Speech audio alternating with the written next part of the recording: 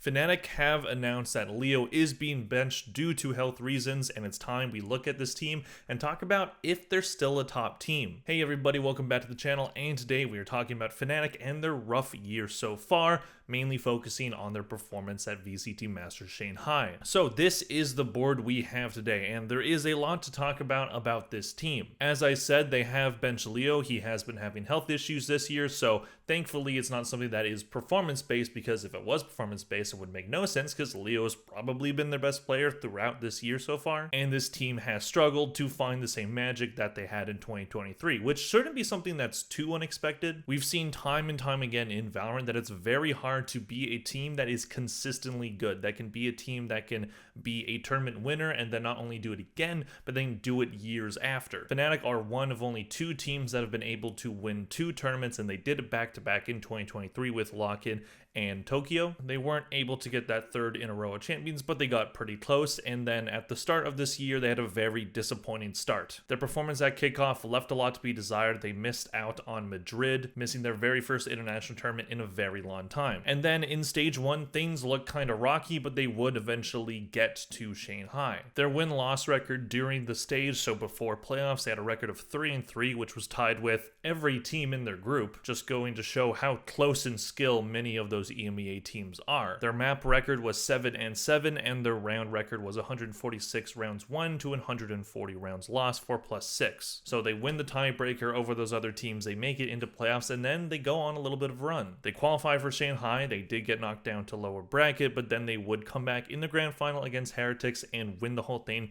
to get that top seed in Shanghai. So it was a really rocky stage at the start and during the midpoint for them, but then they would make it to the tournament, which is the only thing that really mattered in that case. But getting that top seed, I think, kind of shot themselves in the foot there, because as we saw with them and other teams that were top seeds, not having that runway that was the Swiss stage, not having that warming up stage of just playing in those really competitive matches, so that when they got to playoff stage, those Swiss teams were way more ready than the teams that were the top seeds. Every single top seed team at Shanghai in the first round of playoffs lost except for 100 Thieves. And unfortunately for Fnatic, they kind of got a tough draw having to play Gen G at the start, so they didn't get to choose their opponent, and that game would be the start of the end for Fnatic at Shanghai against Gen G, which again is a very tough matchup for them because Gen G were the ones that won the whole tournament. But Fnatic would take a map off of them, winning Lotus 13-10, a map that has really eluded them, not in the same way as it did in 2023 where they were the best in the world at that map, but they were able to get the win here.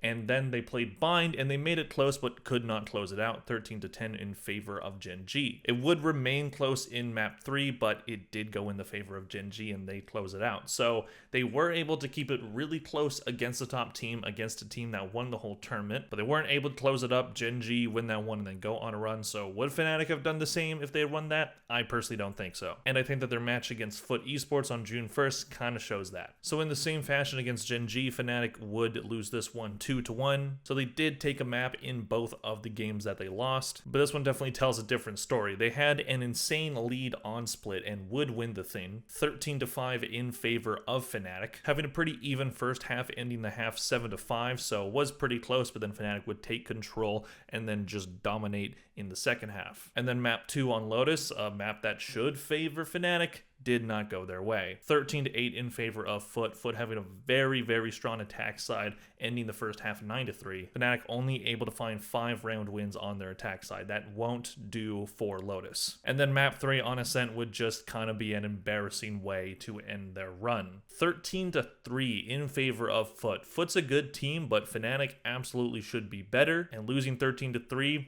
not a good sign. Foot immediately took control, winning the first 4 rounds in a row and then ending the half 9-3. Fnatic would get nothing on their defense side. Foot would win the only 4 rounds they needed, and Fnatic was done. Foot have been a team that has been able to upset teams that are seen as better than them. They showed that at Shanghai, beating both Fnatic and Leviathan. But that is a match that Fnatic absolutely should have had. If you're going to be tournament contenders, you have to be able to beat those teams that will kind of act like dark horses and be able to upset you. But you have to be able to find those wins. And for Fnatic, this isn't the first time they've gone out early in a tournament. All the way back in 2022, the very first tournament of the year, Reykjavik, they did not make it out of groups. Granted, the context was a bit different because I believe Durka was not able to come to that one, so they didn't really have the full roster, so it was kind of just an unfortunate situation there. But to Fnatic's credit, the very next year they would win multiple tournaments, so they've been down before, and the narrative of them before those 2 tournament wins was, is this team ever going to win? They were the Paper X of Europe. But one thing that is crucial for top teams to be able to win international events is a good map pool. In Fnatic's map pool, it's not terrible, but it's definitely not where it was in previous years. For the best map, I chose Bind, but if it wasn't for the recent map pool changes, I would probably be talking about Split or Breeze. Those 2 maps were this team's best maps when it comes to win percentage, but now those 2 maps are out. So their best map right now is Bind. They have a 4-3 record on it, attack is 62% and defense is 41%.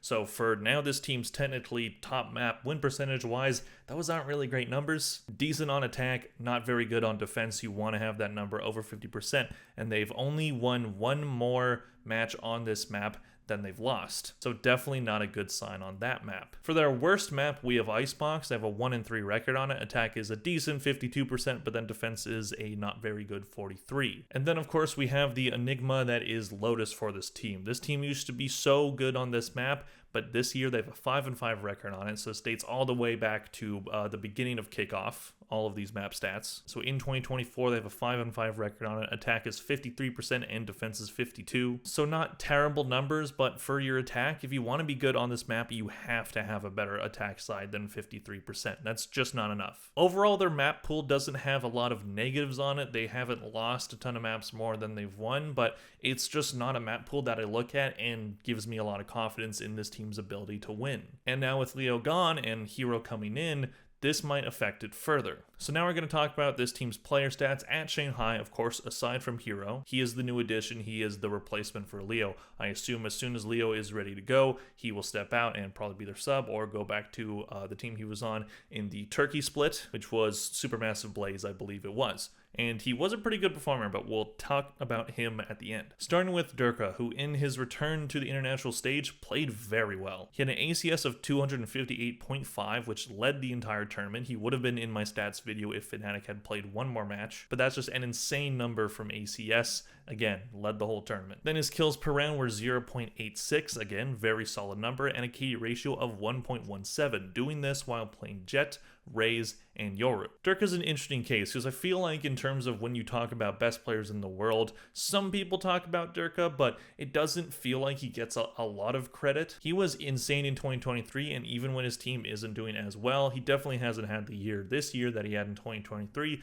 but he still has been a top performer on this team, doing this while playing multiple different duels. I've seen some people say his Raze is bad, and to those people I say, they won Tokyo with Durka just playing Raze. He did not play Jett during that tournament. So I don't think that's it at all. I think just the entire team is not playing as well as they used to. Which brings us to Alphair, who still is playing quite well, but isn't looking like the world beater he used to be. He had an ACS of 221.5, 8 kills per round of 0.78, and a KD ratio of 1.10. Of course, mainly playing that Sentinel role with the Killjoy and the Cypher, but also playing a bit of Viper and Raze at Shanghai. So Fnatic trying different comps, trying to get something going on that front with, maybe being a bit creative with their comps, but unfortunately it just didn't work for them at Shanghai. Alphair is still a very good player. He still is very young too. He has a long way to go, and his career in Valorant has already been, very good so far. And his numbers during a tournament where his team struggled are still very solid. So you don't have to worry about those top 2 players. Both Durka and Alphair and Leo, when he was playing, he had good stats too,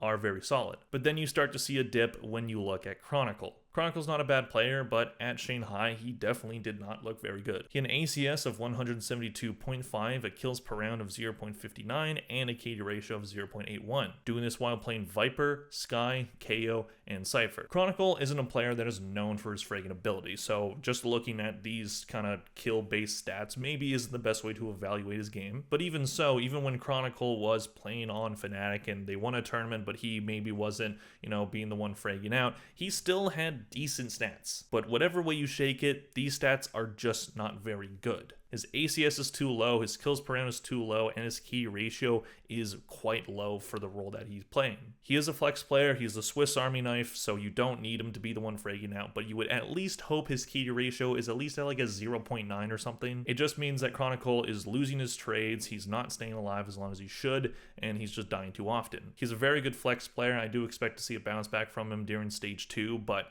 this was just a very rough international appearance from him. Speaking of really rough international appearances, we have Boaster. So Boaster, of course, was getting a lot of flack online for, some of the things that he said before Shanghai and some of the things he said after Madrid happened, saying that he felt that Fnatic in their current form could beat all the teams at Madrid. And of course, there was a lot of bad things thrown at him and his girlfriend and stuff, and I don't agree with people doing that at all. I agree with criticizing him for those things, because I think you should, but I don't think that like harassing him or, just like constantly berating him about his bad performance is a particularly healthy and productive thing to do. It just isn't. And when it comes to those comments about, oh, I think we could beat this team, I think we would just wipe the floor, I think the quality of play, which I hate when people say the quality of play in the Valorant Pro scene is bad right now. No, stop, shut up. But for Boaster, that's kind of his job. It's his job to hype up his team. It's his job to put that confidence within his teammates, to think that his team is the best in the world, to think that he can win every single tournament. He's the leader of the team. If you don't have a confident leader, you don't have a team that can go very far. All that being said,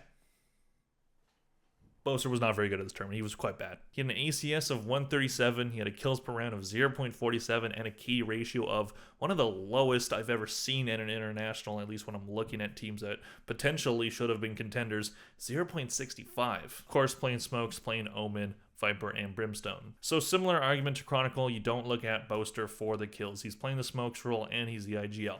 A combo that generally doesn't get a lot of kills. But even so, have an ACS that is this low, a kills per round and a key ratio that are that abysmal, I can't defend that. I can't find a way to defend that. Even IGLs that aren't the ones just freaking out and getting all the kills, even they have better stats than this. It was an unfortunate poor showing from Boaster, and you could tell that he really was hard on himself about it. I do expect a comeback. I really hope Boaster can find a bit more of that individual skill, because if this guy finds a way to start freaking out, then this team is going to be dangerous from front to back. But it just seems that Boaster is suited to be just that leader, that emotional leader of the team and that IGL, as opposed to being a guy that is known to freak out a lot. But even so, you have to do better than this. Now we're going to talk about this team's newest addition in Hero. So he is the sub for now until Leo comes back. He was playing in the Tier 2 Challengers League in Turkey, and during the most recent split, he did have some pretty solid stats. He had an ACS of 242.2, a kills per round of 0.88, and a key ratio of 1.38. All very solid numbers. Take it with a grain of salt though,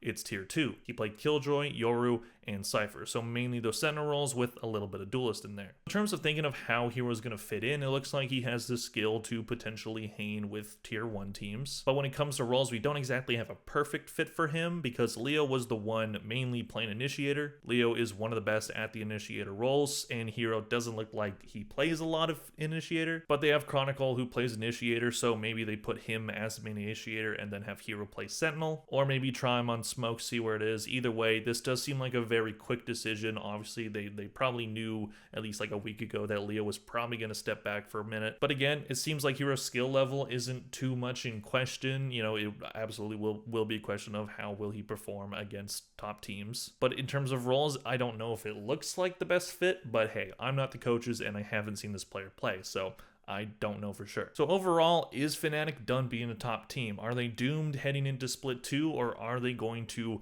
find that same kind of like magic at the end of the split and end up making it to champs? I do expect to see them at champs. I will say that the EMEA region is going to be very competitive. You have Heretics, who just came off a grand final appearance. Carmine Corp is going to be looking to bounce back. You have Na'Vi, who are going to look at potentially making their first international this year. So there's going to be a lot of teams in the EMEA region with a lot to prove. This is a region that is not as strong as it used to be. So we'll see if Fnatic can eventually find the 2023 magic somewhere, but overall, it's a lot of good players, there's a lot of talent, but it just kind of feels like at this point, it's built for an old meta. I don't know if we're going to see this team go very far if they make it to champs. I don't expect this team to win a tournament this year. and I think this team might need some changes in the offseason. But we'll see how this goes. Let me know in the comment section down below what you think of this team and what you thought of the video. Please click like if you enjoyed the video. Thank you all very much for watching, and I'll see you guys in the next one. Bye.